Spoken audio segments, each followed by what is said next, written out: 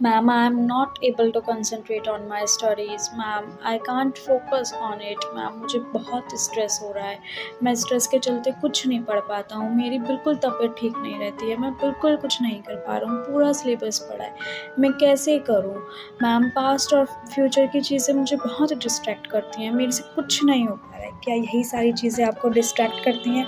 क्या यही सारी चीज़ें हैं जो आपके माइंड में चलती हैं जब आप पढ़ते हैं और जिस वजह से आप नहीं पढ़ पा रहे हैं?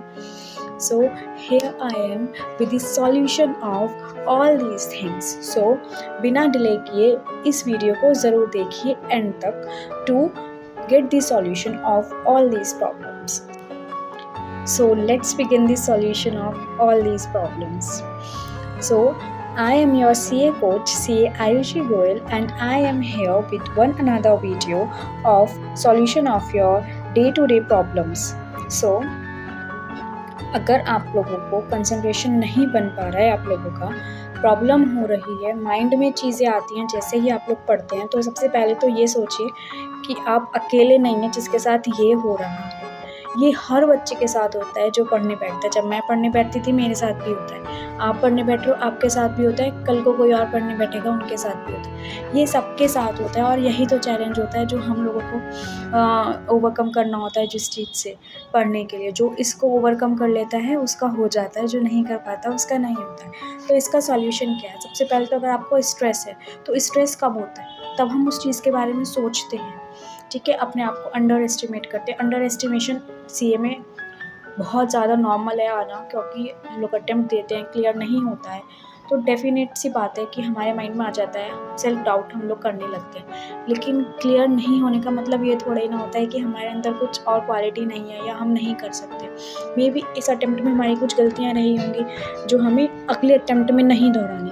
और अगर हम स्ट्रेस कर रहे हैं, सेल्फ डाउट कर रहे हैं, तो इससे कुछ मिलना नहीं है, जो मिलने वाला है वो भी चले जाने वाला है। तो इनको करके कुछ नहीं होने वाला है। सबसे पहले तो ये सोचना छोड़ दो कि हमसे बिल्कुल नहीं होगा, सब कुछ तुमसे ही होगा।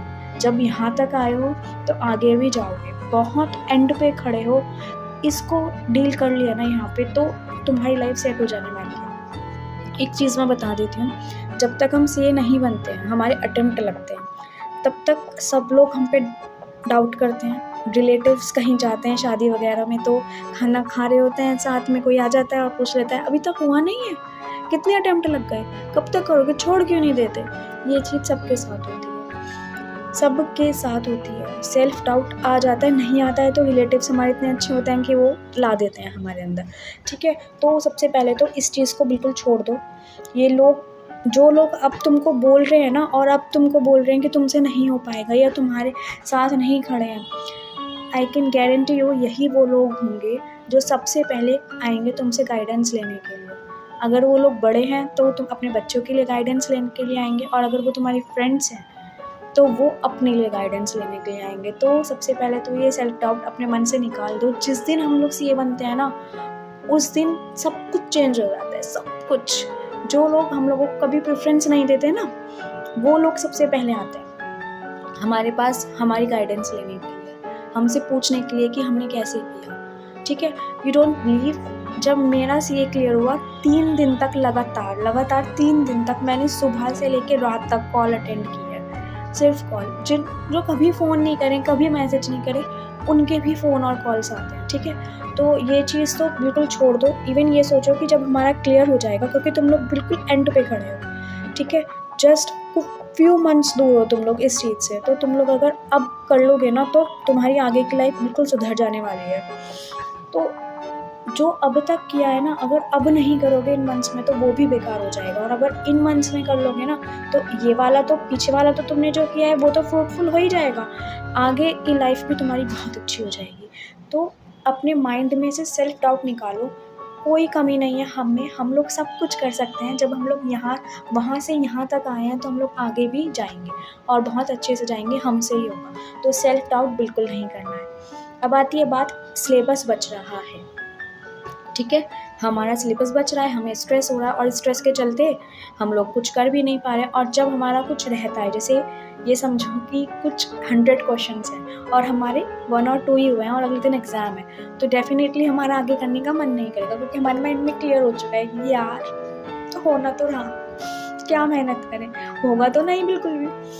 तो ये वाली चीज़ हमारे साथ होती है जब हम लोग, हमारी प्रिपरेशन नहीं होती है, हमारे को स्ट्रेस आता है, ठीक है। और कुछ लोगों का तो ये है कि उनको अपने ऊपर कॉन्फिडेंस ही नहीं है, वो कर लेते हैं, बार बार करते रहते हैं। मतलब अगर देखा जाए ना, तो जो नॉर्मल बच्चा जो कॉन्फिडेंस रखता है उससे ज़्यादा उस बच्चे ने पढ़ाई की होती है जिसके अंदर कॉन्फिडेंस नहीं होता है, ठीक है। लेकिन स्टिल वो बच्चा ज़्यादा मार्क्स ले आएगा जिसने कम पढ़ाई की है और कॉन्फिडेंस रखा है उस बच्चे से जिसने ज़्यादा पढ़ाई की और कॉन्फिडेंस नहीं रखा अपने ऊपर। तो सबसे पहले तो कितनी भी पढ़ाई की है, अपने ऊपर कॉन्फिडेंस रखो, हमसे हो जाएगा, हम हैंडल कर लेंगे, ठीक है।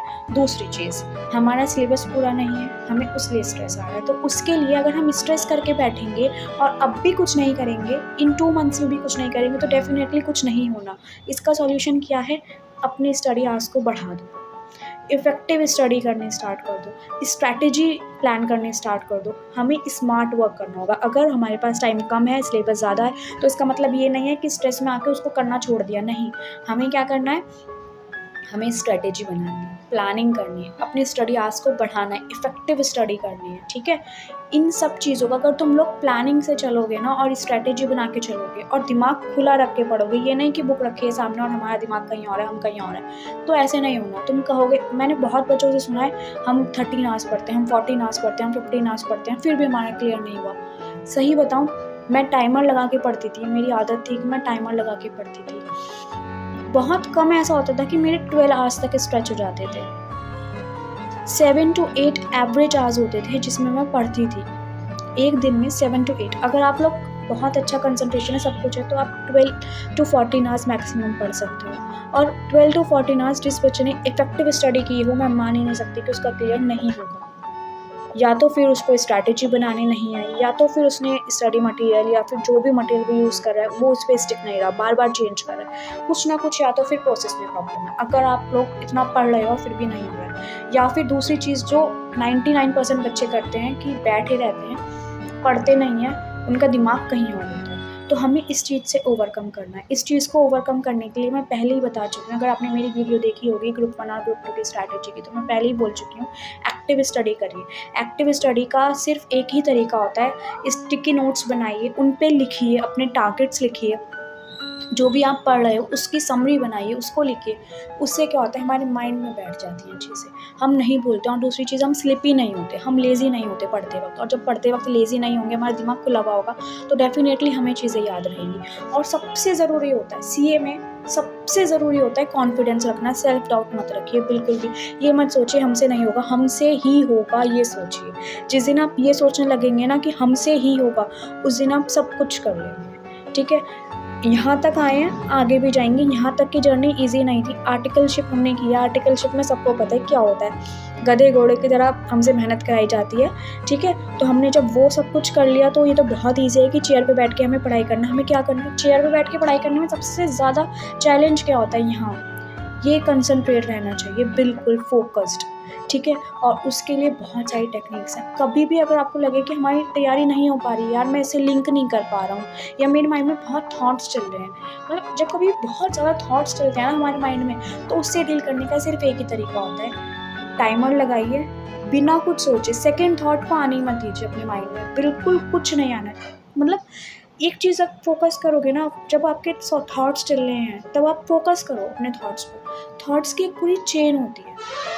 आप एक चीज़ सोचोगे ना, बहुत छोटी सी एक चीज़ सोचोगे ना, उसमें इतने थॉट्स आ जाएंगे चेन में फॉर्म्ड हो के कि आपके 3 to 4 आवर्स कब चले जाएंगे आपको पता भी नहीं चलेगा। सेम इज द केस जब हम लोग रील्स देखते हैं, जब हम लोग यूट्यूब पे शॉर्ट्स देखते हैं। हम लोग तो सिर्फ एक चीज़ देखने के लिए जाते हैं, लेकिन वो बार बार रील्स इतनी ज़्यादा सर्कुलेट होते चले जाती हैं, हम लोग इतना इन्वॉल्व हो जाते हैं उसमें कि हमारे कितने घंटे चले गए हमें पता ही नहीं चलता और हमारा सारा टाइम खराब जाता है। तो इन चीज़ों को अवॉइड करना है, हमारे को माइंड को कंसंट्रेट करके रखना है। और रील्स में, शॉर्ट्स में और ये सारी थॉट्स की चेन अपने माइंड में नहीं आने देनी है। तो इसको आ जाती है, अब क्या करें, ह्यूमन बीइंग है, थॉट्स तो आएंगे। कुछ भी हम पढ़ रहे हैं, कुछ किसी ने बोल दिया या कोई आ गया या हमने कुछ देख लिया, थॉट्स तो चलते रहते हैं माइंड में। तो उसको ओवरकम करने के लिए क्या सोल्यूशन है, तुरंत के तुरंत टाइमर लगाइए। तुरंत के तुरंत टाइमर लगाइए और बैठ जाइए बिना कुछ भी सोचे।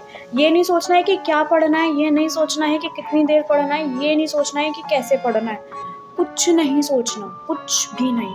तुरंत की तुरंत उठाना है, टाइमर लगाना है और पढ़ने बैठ जाना है, कुछ भी हो, ठीक है। जैसे आप ये करेंगे वो थॉट्स की जो चेन है वो ख़त्म होगी, आपका एकदम कंसंट्रेट जो होंगे आप वो अपनी बुक्स पे हो जाएंगे।